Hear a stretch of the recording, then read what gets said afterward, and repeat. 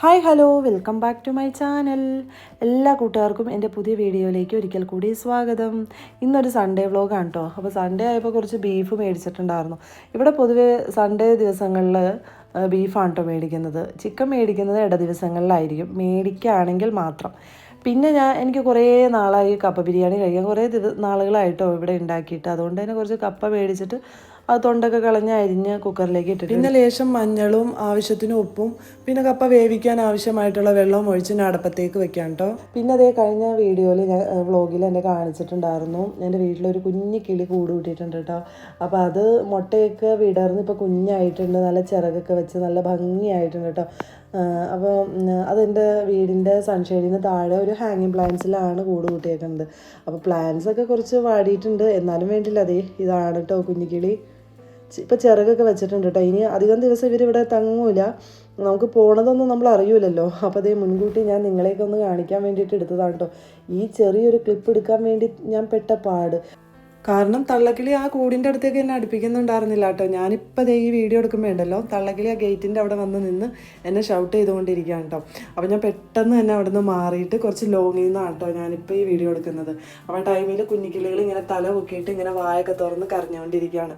അപ്പോൾ പൊതുവേ ഞാൻ ഇവിടെ കാണുന്ന കാഴ്ച കേട്ടോ, ഈ തള്ളക്കിളി വന്നിട്ട് പുറത്തുനിന്ന് ഫുഡൊക്കെ കൊണ്ടുവന്ന് ഈ കുഞ്ഞുങ്ങളുടെ വായിലേക്ക് ഇങ്ങനെ ഇട്ട് കൊടുക്കുന്ന സീനറി ഞാൻ എല്ലാ ദിവസവും ഇവിടെ ഇരുന്ന് കാണാണ് കേട്ടോ. അപ്പോൾ അവറ്റകൾ ഇങ്ങനെ തല പൊക്കിയിട്ട് ഇങ്ങനെ വായൊക്കെ തുറന്നു വെച്ച് നല്ല രസമാണ് കേട്ടോ ഈ കാഴ്ചയൊക്കെ കാണാനായിട്ട്. കാര്യം ഒരു ചെറിയ കിളിയാണ്, പക്ഷെ അതിൻ്റെ ചുണ്ടിനുണ്ടല്ലോ നല്ല നീളം ഉണ്ടായിരുന്നു. അപ്പോൾ ഇനി ആ ചുണ്ട് വെച്ച് കുത്തിക്കഴിഞ്ഞാൽ നല്ല മൂർച്ചയൊക്കെ ഉണ്ടാവുമല്ലോ. അപ്പോൾ എനിക്ക് ചെറിയ ടെൻഷൻ ഉണ്ടായിരുന്നു കേട്ടോ, ഈ തള്ളക്കിളി ഇങ്ങനെ കിടന്ന് എൻ്റെ നേരെ നിന്ന് ചിലച്ചപ്പോൾ. അപ്പോൾ പിന്നെ ഞാൻ ഒന്ന് പേടിച്ചിട്ട് പയ്യെ മാറിയതാണ്.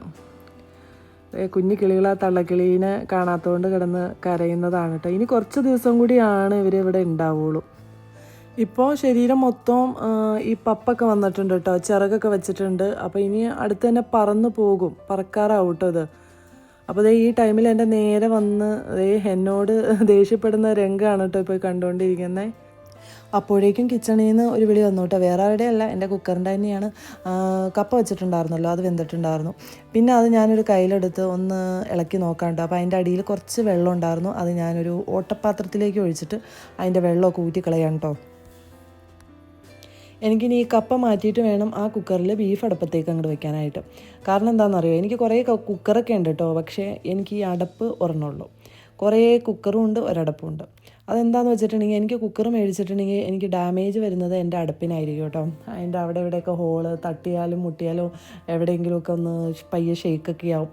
അപ്പോൾ പിന്നെ നമ്മളൊരു അഡ്ജസ്റ്റ്മെൻറ്റിൽ ഇങ്ങനെ പോകണമല്ലോ, അങ്ങനെ ഞാൻ പോയിക്കൊണ്ടിരിക്കുകയാണ്. പിന്നെ ഞാൻ ഇതേ ബീഫ് ഒന്ന് കഴുകിയെടുക്കാം കേട്ടോ. ഇവിടെ 1.5 kg ബീഫ് മേടിച്ചിട്ടുണ്ടായിരുന്നു. അപ്പോൾ പിന്നെ ഞാനത് കറക്റ്റ് ഹാഫ് ആക്കും കേട്ടോ, പപ്പാതി വെച്ചാക്കും. അപ്പോൾ സൺഡേയും ബീഫ് ഉണ്ടാവും, മൺഡേയും ബീഫ് ഉണ്ടാവും. അപ്പം ഞാനിതൊരു 3/4 കിലോത്തോളം ബീഫുണ്ട്. അപ്പോൾ ഈ 3/4 കിലോ ബീഫും ഞാൻ കപ്പ ബിരിയാണിക്ക് അല്ലാട്ടോ എടുക്കുന്നത്. അതിൽ നിന്ന് പകുതി, ആ 3/4 പകുതി കപ്പ ബിരിയാണിക്കും, അതിൽ നിന്ന് കുറച്ചെടുത്ത് കറിയും വെക്കും കേട്ടോ. അപ്പോൾ ഞങ്ങൾക്ക് ഉച്ചയ്ക്ക് ചോറുണ്ണുമ്പോൾ ബീഫ് വേണമല്ലോ. അപ്പോൾ അതിനായിട്ട് ഞാൻ അങ്ങനെയാണ് ചെയ്യുന്നത്. അപ്പോൾ ഞാൻ ഇന്ന് ബീഫ് വേവിക്കാൻ വേണ്ടിയിട്ടുണ്ടല്ലോ കുറച്ച് മസാലപ്പൊടികളൊക്കെ ചേർത്ത് കൊടുക്കുന്നുണ്ട്. മസാലപ്പൊടി എന്ന് പറയുമ്പോൾ കുരുമുളക് പൊടി, മഞ്ഞൾപ്പൊടി, മുളക് പൊടി, മല്ലിപ്പൊടി ചേർക്കാറില്ല കേട്ടോ, ഗരം മസാല, ഉപ്പ്, വെളിച്ചെണ്ണ. പിന്നെ ബീഫ് കറി വെക്കാൻ വേണ്ടിയിട്ട് ഞാൻ കുറച്ച് സവാള, ഇഞ്ചി, വെളുത്തുള്ളി ഇതൊക്കെ കട്ട് ചെയ്ത് വെച്ചിട്ടുണ്ടായിരുന്നു കേട്ടോ.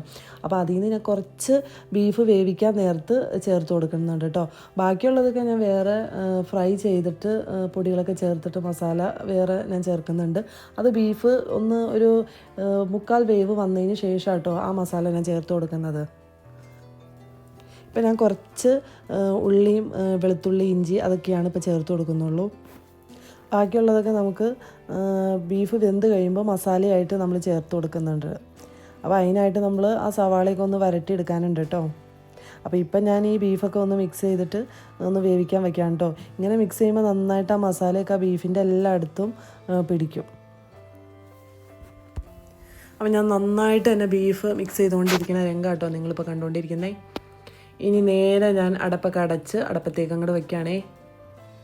അപ്പോൾ ഇതൊരു 4 വിസിലൊക്കെ വന്നു കഴിഞ്ഞാൽ ഒരു 75%, അതായത് 3/4 വേവൊക്കെ ആവും കേട്ടോ. ആ ടൈമിൽ തന്നെ ഞാനൊരു പാൻ എടുത്ത് അടുപ്പത്തേക്ക് വെച്ചിട്ടുണ്ട്. ഇതെനിക്ക് മസാല, അതായത് ബീഫ് കറി വെക്കാൻ വേണ്ടിയിട്ട് ഞാനൊരു ഗ്രേവി ഉണ്ടാക്കിയെടുക്കുന്നതാണ് കേട്ടോ. അപ്പോൾ ആദ്യം തന്നെ അതിലേക്ക് വെളിച്ചെണ്ണ ഒഴിച്ചു. പിന്നെ ഞാൻ അതിലേക്ക് ഇഞ്ചി വെളുത്തുള്ളി ഞാൻ ചതച്ചതാണ് കേട്ടോ ചേർക്കുന്നത്. അപ്പോൾ ഇഞ്ചി വെളുത്തുള്ളി പേസ്റ്റിൻ്റെ കാര്യം പറഞ്ഞപ്പോഴാണ് ഞാനൊരു കാര്യം ഓർത്തത്. കഴിഞ്ഞ ദിവസം ഞാൻ ഇഞ്ചി വെളുത്തുള്ളി പേസ്റ്റ് എന്നും പറഞ്ഞ് ഒരു കടയിൽ നിന്ന് മേടിച്ചിട്ടോ. ഭയങ്കര ക്വാണ്ടിറ്റി കുറവാട്ടോ. പിന്നെ എനിക്കെന്തോ ആ ടേസ്റ്റ് എനിക്ക് അതുപോലെ പിടിക്കണില്ല കേട്ടോ. അപ്പോൾ നമ്മൾ വീട്ടിൽ സ്വന്തമായിട്ട് ഇഞ്ചി വെളുത്തുള്ളി പേസ്റ്റൊക്കെ ഉണ്ടാക്കുന്നതായിരിക്കും കുറച്ചും കൂടി നല്ലത്. നമ്മളതൊക്കെ ബൾക്കായിട്ട് മേടിച്ചിട്ട് കഴുകി നന്നാക്കി അത് മിക്സിയിലിട്ട് അരച്ച് ഫ്രീസറിൽ സൂക്ഷിച്ച് കഴിഞ്ഞാൽ നമുക്ക് കുറേ നാളൊക്കെ യൂസ് ചെയ്യാനായിട്ട് പറ്റും കേട്ടോ. ഒട്ടുമിക്ക ആൾക്കാരും ഇങ്ങനെ പുറത്തുനിന്നൊക്കെ ഇഞ്ചി വെളുത്തുള്ളി പേസ്റ്റൊക്കെ മേടിച്ച് യൂസ് ചെയ്യുന്നുണ്ട്. പക്ഷേ എനിക്കത് അത്ര വലിയ ടേസ്റ്റ് ഉള്ളതായിട്ട് എനിക്ക് ഫീൽ ചെയ്തില്ല കേട്ടോ.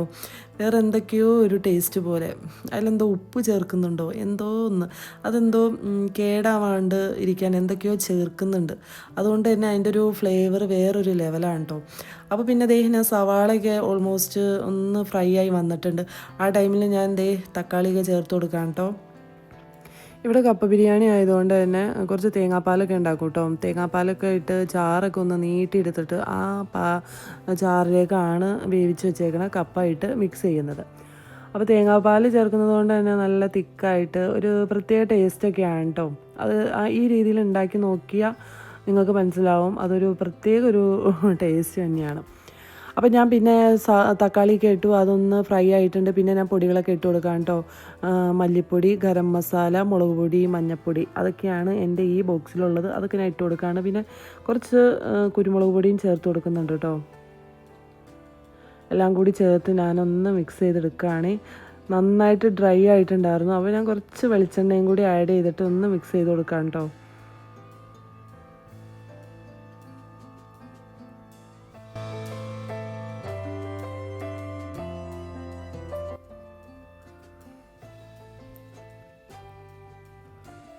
ഇപ്പോൾ ഏകദേശം എൻ്റെ മസാലയൊക്കെ ഒന്ന് റെഡി ആയിട്ടുണ്ട് കേട്ടോ.